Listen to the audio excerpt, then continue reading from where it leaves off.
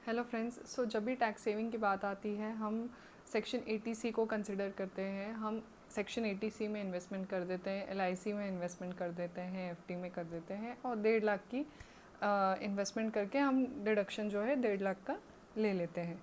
लेकिन आज के इस वीडियो में मैं आपको बताऊंगी एक ऐसा डिडक्शन जो आपको डिडक्शन भी क्लेम कर सकते हो और साथ में आपको एक सेफ्टी और सिक्योरिटी भी देगा। एंड वो सेक्शन का नाम है सेक्शन 80D। अगर आप कोई मेडिकल इंश्योरेंस अगर आप लेते हैं तो आप सेक्शन 80D में डिडक्शन जो है वो क्लेम कर सकते हैं। जो भी आप प्रीमियम पे करेंगे, जो साल का एनुअल होगा, वो प्रीमियम जो आप पे करते हैं उसका डिडक्शन आप सेक्शन 80D में क्लेम कर सकते हैं। आप जो मेडिकल इंश्योरेंस है वो आप खुद के लिए ले सकते हैं, आप आपके husband wife that is your spouse, आपके स्पाउस के लिए ले सकते हैं या आपके बच्चों के लिए ले सकते हैं। और जो लिमिट है सेक्शन 80D की वो है 25,000 तक की डिडक्शन आप क्लेम कर सकते हैं एक फाइनेंशियल ईयर में। अगर एक केस ऐसा भी है, अगर आप आपके पेरेंट्स के लिए डिडक्शन लेते हैं तो आप उसमें एक्स्ट्रा आपको 25,000 का डिडक्शन मिल जाता है। फॉर एग्ज़ाम्पल, अगर आप आपके लिए ले रहे हैं मेडिकल इंश्योरेंस एंड साथ में आपने पेरेंट्स के लिए भी मेडिकल इंश्योरेंस लिया है, उस केस में आपको 25,000 प्लस 25,000 दैट इज़ आपको टोटल 50,000 का डिडक्शन आप क्लेम कर सकते हैं एक फाइनेंशियल ईयर में। लेकिन बस एक बात इसमें ध्यान रखनी है कि जो मेडिकल इंश्योरेंस का प्रीमियम पे होता है वो आप any mode other than cash में कर सकते हैं।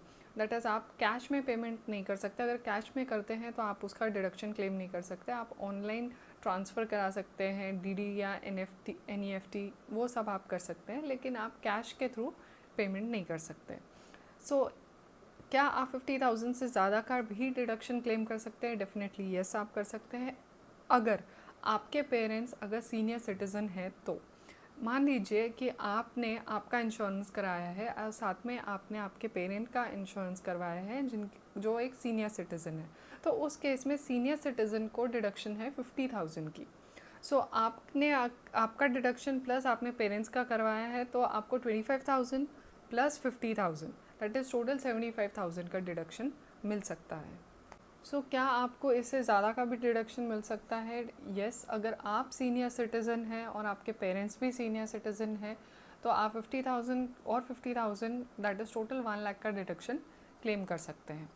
आप जो ये डिडक्शन है आप एक मेडिकल इंश्योरेंस ले सकते हैं या सेंट्रल गवर्नमेंट हेल्थ स्कीम में जा सकते हैं, ले सकते हैं, या प्रिवेंटिव हेल्थ चेकअप करा सकते हैं। जो टोटल लिमिट है वो 25,000 की ही होगी। ऐसा नहीं कि आप मेडिकल इंश्योरेंस की अलग से 25,000 ले सकते हैं या सेंट्रल गवर्नमेंट हेल्थ स्कीम की 25,000, ऐसा नहीं है। जो टोटल ओवरऑल लिमिट है वो 25,000 की है। और एक बात यह है कि अगर आप प्रिवेंटिव हेल्थ चेकअप कराते हैं उस केस में आपको जो डिडक्शन है वो 5,000 की मिलेगी। एक्स्ट्रा आपको 5,000 मिलेगा अगर आप प्रिवेंटिव हेल्थ चेकअप कराते हैं तो। ये जो 5,000 की लिमिट है वो टोटल लिमिट है। अगर आप आपका कराते हैं या पेरेंट्स का कराते हैं, किसी का भी कराते हैं, तो लिमिट जो है वो 5,000 की है। और जो प्रिवेंटिव हेल्थ चेकअप का जो पेमेंट है वो आप कैश में भी कर सकते हैं। अगर आप कैश में पेमेंट करते हैं तो डिडक्शन आप प्रिवेंटिव हेल्थ चेकअप का ले सकते हैं, लेकिन मेडिकल इंश्योरेंस का आप डिडक्शन नहीं ले सकते। ये बात आपको ध्यान में रखनी है।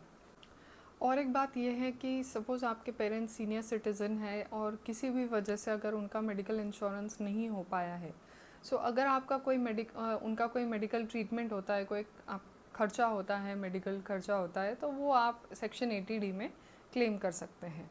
उस केस में नेसेसरी नहीं है कि आपको मेडिकल इंश्योरेंस चाहिए पेरेंट्स का अगर वो सीनियर सिटीज़न है तो। लेकिन आपको ध्यान रखनी है ये बात कि वो ओवरऑल लिमिट में ही आता है, दैट इज़ 25,000 में ही 25,000 तक का खर्चा आप क्लेम कर सकते हैं। आई होप आपको सेक्शन 80D के बारे में क्लैरिटी आ गई है। If you like the video, do hit the like button and please subscribe my channel to get more such informative videos. Thank you.